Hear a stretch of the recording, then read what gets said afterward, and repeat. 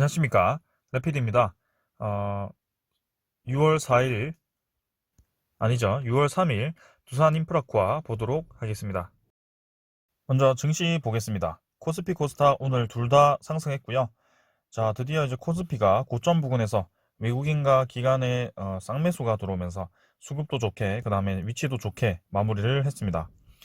자, 그래서 지금 고점에, 이제 최상단까지 도달을 좀 했는데요. 오늘은 이제 공지에도 제가 말씀을 드렸지만 삼성전자와 같은 반도체 관련 종목들이 좀 강하게 움직였습니다. 그래서 역시 이 주식이라는 것은 수급이 돌고 도는구나 라는 생각을 다시 한번 했고요. 반도체 주식이 그간 이제 움직임이 좀 없다가 다시 한번 반도체 주식으로 수급이 좀 몰리면서 이렇게 상승이 나왔습니다. 자, 하지만 지금 증시 전체의 좀 분위기 자체는 막 좋은 건 아닌 것 같습니다. 지금 중국 증시라든지, 그 다음에 나머지 유럽 증시도 좀 하락을 좀 하고 있고요. 지수 선물 같은 경우도 다우존스, 나스닥 모두 하락을 하고 있습니다. 그래서 우리나라 증시도 글로벌 증시 트렌드를 따라간다면 내일 또 하락을 할 수 있는 상황인데요. 조금 이제 분위기 반전을 시키는 상황에서 이렇게 하락이 좀 나와가지고 아쉽긴 합니다. 자, 미국 10년물은 1.6% 그대로 유지를 좀 하고 있고요. 뭐 크게 의미는 없는 것 같습니다. 자, 그래서 지금 코스피 같은 경우는 내일 막 증시 분위기가 좋았다면 확실히 강하게 치고 나갈 수 있었는데요. 아직은 한번 꺾어줄지 아니면 내일 묻지마 상승이 다시 한번 나올지 한번 보도록 하겠습니다. 자, 주봉이 지금 위로 들면서 아직까지는 상승 추세가 꺾이지 않았다라는 것을 얘기를 하는 것 같고요. 크게 이제 횡보를 하거나 아니면 좀 하락 쪽에 이제 무게를 두기 시작을 했었는데 이렇게 이제 기관과 외국인이 다시 한번 이전에 1차, 2차 파동이었나요? 2차 파동에 들어왔던 그 반도체 주식들을 다시 건들기 시작하니까 삼성전자 주가에 따라 또 코스피의 고점 돌파 여부를 한번 주목을 해봐도 좋을 것 같습니다. 자, 그래서 이렇게 월봉이 쭉쭉 올라갔고요. 개인적으로 이제 대형주들이 다시 한번 움직이지 않을까라는 생각을 해봅니다. 자, 오늘 투자자 수급이 둘 다 양전을 했고요. 외국인이 계속 다시 한번 코스피에 힘을 조금 주는 모습입니다. 그다음 기관도 매도 추세를 이겨내고 이제 매수를 더 많이 하는 편이고요. 자, 증시 전체에 이렇게 돈이 들어오기 시작한다면 다시 한번 추가 상승을 할 수 있겠다. 코스닥도 오늘 양봉으로 마감을 좀 했고요. 주봉과 월봉 모두 좋게 진행되었습니다. 그래서 상승 추세를 이어간다면 코스닥도 좀 더 이제 상단으로 더 치고 나갈 수 있는 그런 자리라고 생각하는데요. 자, 최근에는 이제 바이오 종목이라든지 그런 진단키트 종목들이 좀 조용해지고 나머지 이제 반도체나 자동차나 아니면 그런 경기 회복주들 있죠. 그런 주식들이 많이 상승을 좀 하고 있습니다. 자, 오늘은 외국인과 기관이 코스닥도 모두 매수를 했고요. 그동안 이제 이틀 연속 이렇게 쌍매도를 하다가 매수를 들어오면서 증시를 끌어올렸습니다. 자, 내일은 어떻게 될지 모르겠지만 일단 선물 자체는 좀 하락을 하고 있기 때문에 내일 조정이 나올 수도 있겠다. 뭐 그렇게 생각을 하고 지금은 이제 반도체에 좀 주목을 할 필요가 있다라고 말씀을 드리겠습니다. 자, 증시는 이 정도로 보고 마치겠습니다. 두산인프라코아 보겠습니다. 100원 올라서 14,600원 마무리를 했고요. 자, 두산중공업과 요즘 두산인프라코아가 정말 쉬지도 않고 이렇게 계속해서 상승을 하고 있는 모습입니다. 자, 그래서 일별로 보시면 자, 지금 뭐 5월 24일부터 거의 뭐 10일 동안 연속으로 상승을 했고요. 11,000원대에서 거의 뭐 15,000원까지 한 번에 올라왔다라고 보셔도 되겠습니다. 그래서 단기간에 수익을 굉장히 많이 얻으신 분들이 많을 텐데요. 오늘도 하락을 했다가 상승을 했다가 다시 한번 눌려졌다가 이런 식으로 반복을 좀 했습니다. 그래서 최근에 이제 두산중공업 같은 경우는 이 외국인과 기관 투자자들이 고점 부근에서 이제 계속 매도를 하는 모습이 보여졌고요. 거기에 대해서는 조금 이제 차익 실현 물량이 나오고 있기 때문에 주가는 지금 계속 올라가지만 조금 이제 조정에 대해서 대비를 해야 된다라고 말씀을 드렸습니다. 두산인프라코아도 저도 마찬가지로 어느 정도 이제 조정이 나올 수 있다라고 생각하고요.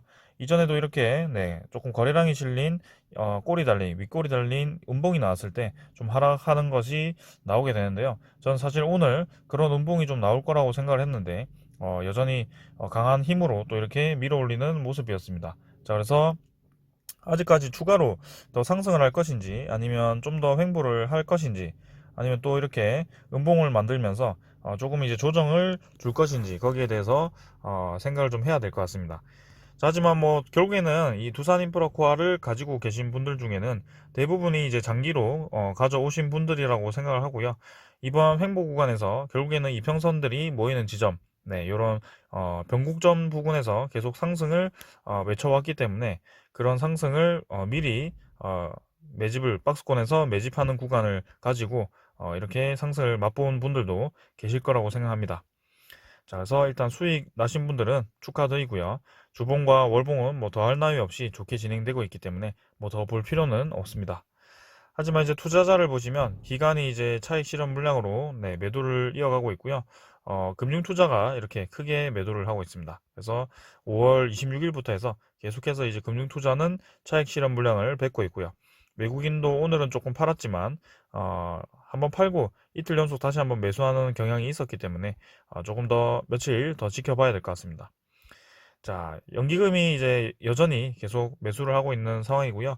이 두산중공업이라든지 두산인프라코아는 연기금이 계속 매수를 하고 있습니다. 그래서 이 잘 나가는 기업에 대해서 그래도 10% 이상의 지분을 가지고 있는 연기금이기 때문에 그래도 두산인프라코아, 두산중공업을 통해서 이 두산 쪽에 이제 부활을 알리는 그런 신호탄, 네, 이 나왔기 때문에 이 두산그룹주의 이 종목들도 이제 서서히 비중을 늘리는 듯 합니다. 그래서 두산인프라코아도 지금 뭐 상당히 많이 매수를 했고요. 거의 뭐 한 500만 주 정도 매수하지 않았을까요? 지금 3월부터 해가지고 계속 매수를 해왔는데 이건 나중에 한번 확인을 해보도록 하겠습니다. 자, 그래서 뭐 투자자는 이렇게 흘러갔고 지금 두산중공업보다는 차익 실현 물량이 많이 나오진 않고 있습니다만 두산인프라코아도 갑자기 이제 급등한 것에 대해서는 조금 조심을 하셔야 되겠다. 자, 그 다음에 두산인프라코아의 공매도 잔고를 보겠습니다. 공매도 잔고 확인해 보면 710만 주까지 또 증가를 했습니다. 어제는 이제 680만 주까지 증가를 했고요. 그래서 그동안 이제 잠잠했던 공매도 잔고가 이제 다시 한번 늘어나기 시작했다는 점.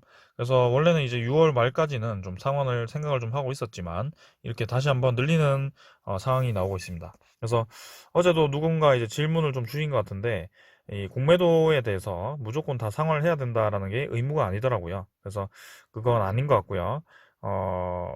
공매도를 지금 뭐 최대한 늘리지 않는 방향으로 좀 갈 거라고 생각을 했지만 자, 일단은 이런 식으로 좀 늘리고 있습니다. 주가가 올라감에 따라 좀 늘리고 있고요. 자, 한번 이제 조정기를 줄 때 그때 상황을 다시 한번 할 것인지 좀 더 지켜보도록 하겠습니다. 그래서 공매도 거래량이 지금 뭐 계속 몇십만 주씩 꾸준히 나오고 있기 때문에 두산인프라코아도 공매도 잔고가 계속 쌓이고 있다. 거기에 대해서는 조금 주의를 해야 된다라고 말씀을 드릴게요. 자, 공매도 잔고 이 정도로 보고요. 두산인프라코아의 그 대차잔고 한번 확인해 보겠습니다. 오늘 두산중공업 같은 경우는 대차잔고 상당히 많이 늘었습니다. 그래서 5천만 주 이상 늘어서 5,900만 주로 이렇게 늘어났고요. 지금 보시면 2,700만 주로 늘었죠. 그래서 두산인프라코아 같은 경우도 대차잔고가 상당히 많이 늘어난 것으로 보입니다. 자, 그래서 요즘 이제 대차장고와 공매도가 같이 늘어나고 있기 때문에 두산인프라코아와 두산중공업 모두 이 조정에 대해서 조금 생각을 하셔야 될 것 같고 외국인 당일 같은 경우는 76만 주 매도를 했고요. 네, 추정보다 많이 늘어났습니다. 그래서 비중이 조금 줄어들었다. 그래서 생각보다 좀 빠르게 이렇게 급등이 한번 나와버려가지고 차익 실현 물량이 좀 나오고 있는 듯 하고요. 그 다음에 신용 같은 경우는 신용잔고는 막 900만 주 정도로 계속 유지가 되는 것 같고, 자, 공매도가 이제 네, 평균가 14,000원, 13,000원 이렇게 계속 공매도를 치고 있습니다. 거기에 대해서 좀 주의를 해야 되고, 자, 아까 말씀드린 연기금이 지금 두산인프라코아를 얼마나 매수를 했을까 한번 보겠습니다. 누적에 대해서. 자, 그래서 누적으로 한번 본다면, 자, 지금 외인 합계가 360만 주, 3월부터 한번 볼게요. 3월부터. 기간이 1000만 주 정도 매수를 했죠. 그래서 그 중에 이제 연기금이 거의 700만 주가량 매수를 했네요. 자, 그래서 거의 금액으로 따지면 평균으로 따지면 한 7, 800억 정도 매수하지 않았을까라는 생각이고 상당히 많이 매집한 것으로 보입니다. 자, 그래서 두산인프라코아 지금 연기금은 장기로 보고 들어왔을 거기 때문에 단기간에 좀 조정이 나오더라도 충분히 지금 현대인프라크와 현대로 갔을 때 이 신용 등급도 상승할 예정이고 이제 굴착기 시장에서의 신흥국 시장에서의 그 시너지도 기대가 되기 때문에 결국에는 현대 쪽을 현대인프라코어가 되었을 때 추가로 주가가 상승할 수 있다. 자, 두산중공업 예비주주기도 하기 때문에 지금 두산중공업 주가를 보시면 상당히 흐뭇하실 거라고 봅니다. 그래서 이미 분할에 대해서 생각을 해본다면, 자, 뭐 6월 29일에 대해서 그 주가로 기준 주가로 이제 정해져서 분할이 되긴 하겠지만 지금 상태에서 좀 생각을 해본다면 상당히 지금 두산중공업이 많이 올라 있기 때문에요. 잠깐 한번 생각을 해볼까요?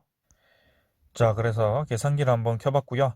자, 두산중공업이 지금 22,750원이고 두산인프라코아가 14,600원입니다. 여기에 대해서 두산인프라코아 1000주를 가지고 계신 분들은 1,460만 원에 대한 금액을 가지고 계신 거고요. 만약에 오늘이 6월 29일 종가라고 생각을 한다면 여기에 대해서 470주, 그 다음에 311주를 받게 됩니다. 뭐 자꾸 지금 현재 주가로 한다고 실망이라고 이제 시비 거시는 분들이 계시는데 거기에 대해서 좀 잘 생각을 하시길 바랍니다. 그냥 예시를 드린 거기 때문에 너무 물고 뜯지 마세요. 속상합니다. 아무튼 좀 계산을 해보자면 27,700, 22,750원이죠. 여기서 470주죠. 470주에다가 그 다음에 14,600원 여기다가 311주를 하면 자 1,523만 원입니다. 그래서 두산인프라코아를 가지고 계신 분들에 대해서는 이미 분할하는 순간 이득을 보게 되는 거게 되고요. 만약에 그 분할 이후에 두산인프라코아 주가가 7월 21일에 이제 정지가 되었다가 풀리게 되고 두산중공업 주가가 7월 21일까지 진행이 되었을 때 떨어지게 된다면 좀 손해를 보는 그런 상황이 올 수 있지만 지금 상황에서는 분할이 되었을 때 더 이득을 보게 되는 상황이다. 뭐 그렇게 생각하시면 되겠습니다. 자, 그래서 계속해서 이렇게 두 종목 모두 주가가 올라갔으면 좋겠고요. 두산인프라코아 주주분들도 좋게 진행되었으면 좋겠습니다. 신규 투자는 지금 사실 들어갈 때는 아닙니다. 네, 조심해서 투자하시길 바랍니다. 자, 오늘은 여기까지 하겠습니다. 감사합니다.